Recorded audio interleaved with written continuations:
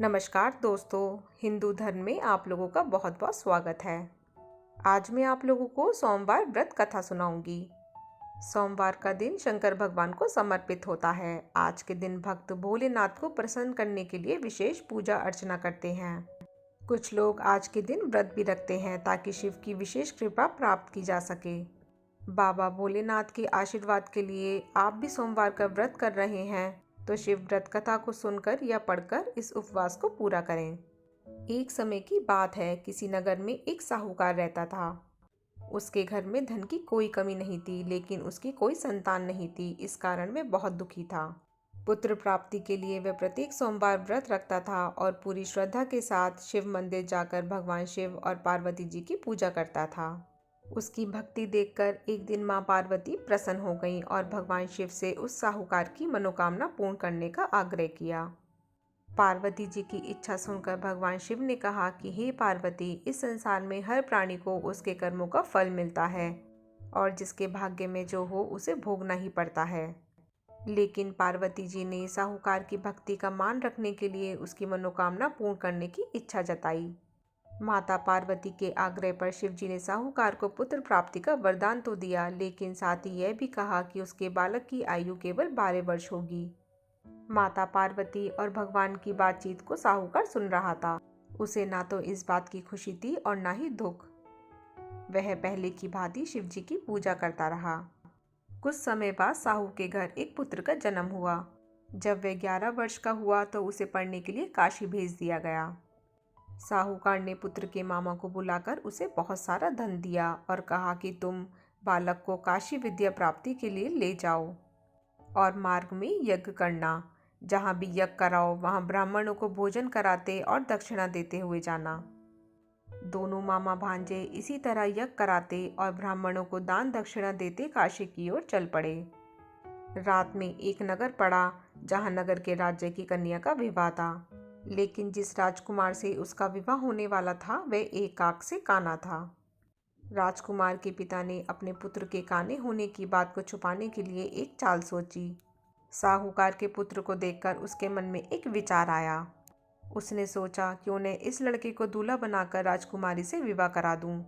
विवाह के बाद इसको धन देकर विदा कर दूंगा और राजकुमारी को अपने नगर ले जाऊंगा। लड़के को दूल्हे के वस्त्र पहनाकर राजकुमारी से विवाह कर दिया गया। लेकिन साहूकार का पुत्र ईमानदार था। उसे यह बात न्याय संगत नहीं लगी। उसने अवसर पाकर राजकुमारी की चुन्नी के पल्ले पर लिखा कि तुम्हारा विवाह तो मेरे साथ हुआ है, लेकिन जिस राजकुमार के संग तुम्हें भेजा जाएगा वह एक आंख से काना है और मैं तो काशी पढ़ने जा रहा हूँ। जब राजकुमारी ने चुन्नी पर लिखी बातें पढ़ी तो उसने अपने माता पिता को ये बात बताई। राजा ने अपनी पुत्री को विदा नहीं किया, जिससे बारात वापस चली गई। दूसरी ओर साहूकार का लड़का और उसका मामा काशी पहुंचे तो वहां जाकर उन्होंने यज्ञ किया। जिस दिन लड़के की आयु 12 साल की हुई उस दिन यज्ञ रखा गया। लड़के ने अपने मामा से कहा कि मेरी तबीयत कुछ ठीक नहीं है। मामा ने कहा कि तुम अंदर जाकर सो जाओ। शिवजी के वरदान अनुसार कुछ ही देर में उस बालक के प्राण निकल गए। मृत भांजे को देख उसके मामा ने विलाप शुरू किया। संयोगवश उसी समय शिवजी और माता पार्वती उधर से जा रहे थे। पार्वती ने भगवान से कहा, स्वामी, मुझे इसके रोने के स्वर सहन नहीं हो रहा। आप इस व्यक्ति के कष्ट को अवश्य दूर करें। जब शिवजी मृत बालक के समीप गए तो वह बोले कि यह वही साहूकार का पुत्र है जिसे मैंने 12 वर्ष की आयु का वरदान दिया। अब इसकी आयु पूरी हो चुकी है।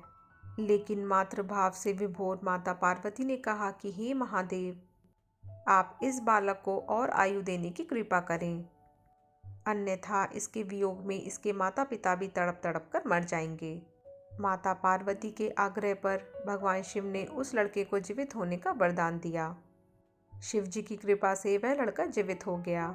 शिक्षा समाप्त करके लड़का मामा के साथ अपने नगर की ओर चल दिया।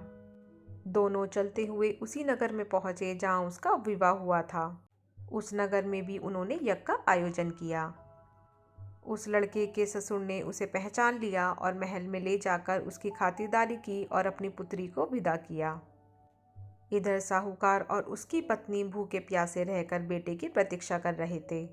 उन्होंने प्रण कर रखा था कि यदि उन्हें अपने बेटे की मृत्यु का समाचार मिला तो वह भी प्राण त्याग देंगे। परंतु अपने बेटे के जीवित होने का समाचार पाकर वे बेहद प्रसन्न हुए। उसी रात भगवान शिव ने व्यापारी के स्वप्न में आकर कहा, हे श्रेष्ठी, मैंने तेरे सोमवार के व्रत करने और व्रत कथा सुनने से प्रसन्न होकर तेरे पुत्र को लंबी आयु प्रदान की है। इसी प्रकार जो कोई सोमवार व्रत करता है या कथा सुनता और पढ़ता है, उसके सभी दुख दूर होते हैं और समस्त मनोकामनाएं पूर्ण होती हैं।